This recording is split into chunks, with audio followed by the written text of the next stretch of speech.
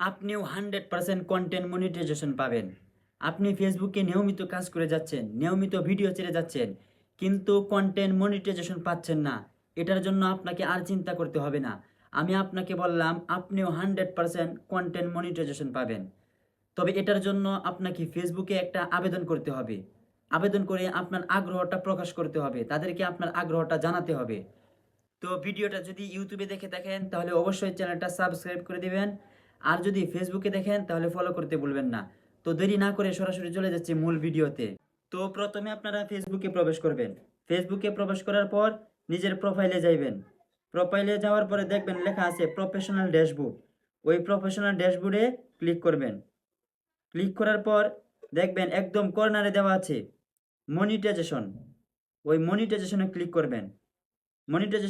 মনিটাইজেশনে click করার পর দেখবেন চলে এসেছে আপনার আয়ের সব অপশনগুলো।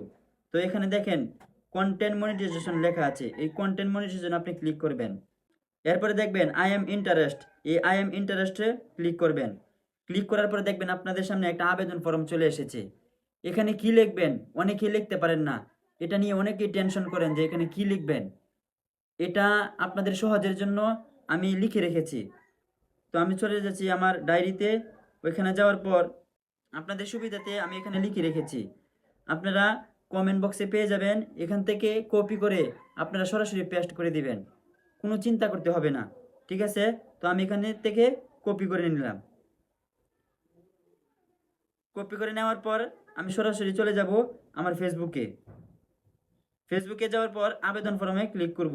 ক্লিক করার পরে এই যে আমার কপি সামনে চলে এসেছে, আমি এখানে পেস্ট করে দেব। ধরে টিপ দিয়ে ধরে রেখে এরপর পেস্টে টিপ দিব।